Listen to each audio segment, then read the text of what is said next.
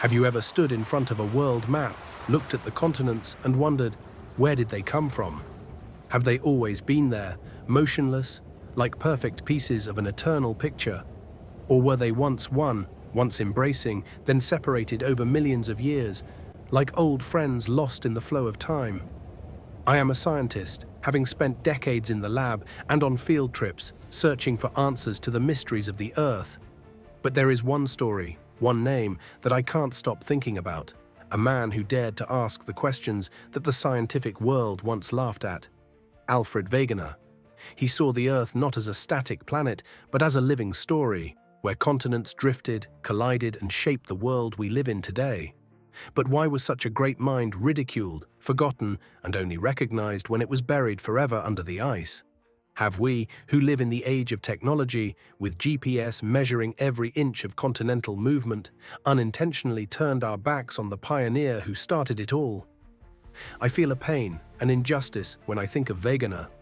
He opened the door to modern science, but that door closed before him.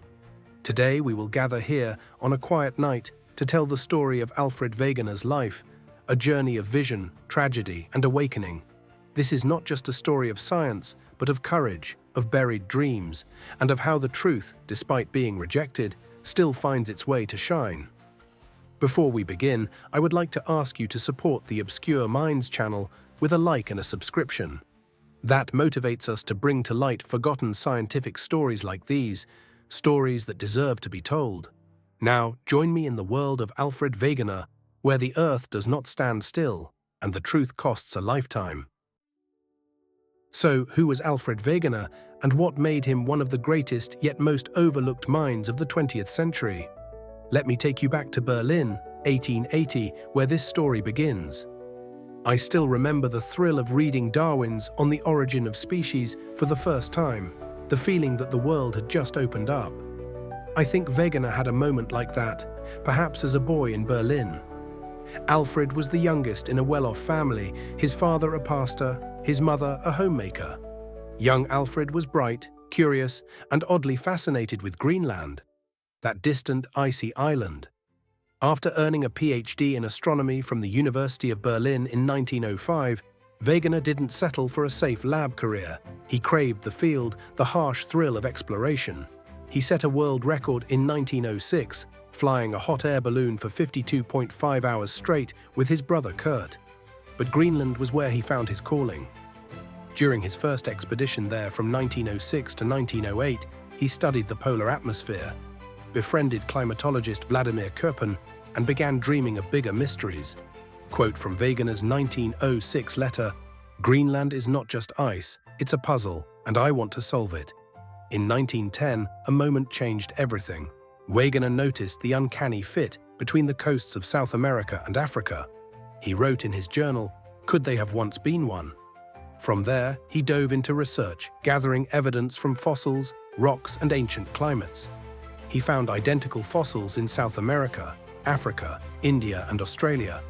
Places thousands of miles apart, he discovered glacial scars in Africa, now a desert. In 1912, Wegener presented his continental drift theory at the German Geological Society. He named the ancient supercontinent Pangea, all Earth. He argued that continents weren't fixed, but drifted across the Earth's crust like rafts. He even predicted seafloor spreading, an idea not proven until the 1960s. Quote from The Origin of Continents and Oceans, "All Earth sciences must unite to find the truth."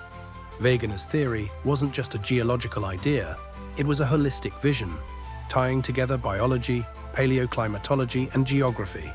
It reshaped how we understand the Earth, not as a static planet, but a dynamic, moving world. But here's the thing, that vision, instead of being celebrated, was brutally dismissed. Let me tell you about Wegener's tragedy, the most painful part of this story. When Wegener shared his ideas, most geologists didn't just reject them, they ridiculed him. They called him an outsider, a meteorologist daring to tread on geological turf. Rollin T. Chamberlain of the University of Chicago scoffed, "Wegener's theory is a fairy tale, roaming freely without rules." Part of the issue was that Wegener couldn't clearly explain the mechanism behind continental movement. He suggested centrifugal and tidal forces, but scientists quickly dismissed them as too weak. He also overestimated drift speed at 250 centimeters per year, compared to the 2.5 centimeters we know today. But the real pain wasn't the scientific gaps, it was the attitude of the academic world. They didn't just disagree, they attacked him personally. An English geologist at the Royal Geographical Society thanked Wegener for offering himself up to be blown apart. Quote from Wegener's 1918 letter to Köppen, "I don't expect them to understand now, but I hope one day truth will prevail." Wegener didn't give up. He updated the origin of continents and oceans in 1920, 1922, and 1929, adding evidence from Greenland.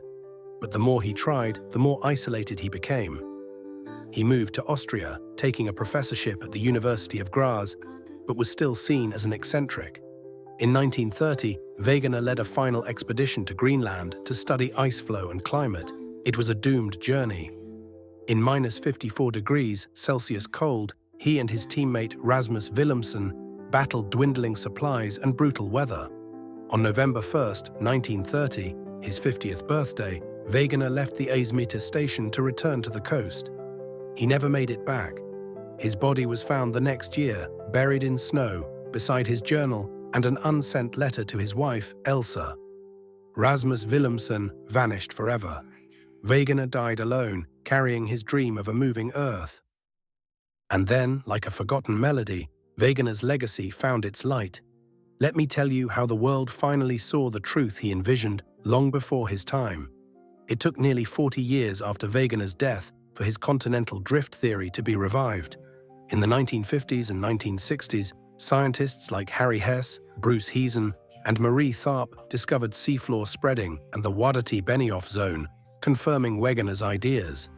By 1968, the theory of plate tectonics was born, with Wegener hailed as the father of a 20th century scientific revolution. Today, we use GPS to measure continental movement at 2.5 centimeters per year, exactly as Wegener foresaw the Earth's dynamic nature. The Alfred Wegener Institute in Germany, the Wegener Medal, and even craters named Wegener on the Moon and Mars bear his name. But is that enough to make up for the years he was mocked? Quote from Mott Green, Alfred Wegener. Science, exploration, and the theory of continental drift. Wegener never backed down, he always pushed harder. Wegener teaches us that truth sometimes has to wait, but it will triumph. He reminds us that science isn't a straight path, but a struggle between vision and prejudice. And he makes me wonder, how many other scientists with bold ideas are being overlooked today? As I write these words, I think of Wegener lying beneath Greenland's ice, dreaming of a living Earth. He changed how we see the world, but paid with isolation, ridicule, and his life. Have we, in our tech-driven age, too easily forgotten pioneers like him? Wegener's legacy isn't just in maps or plate tectonics, it's in the courage to question, to challenge, and to believe in truth even when the world turns away.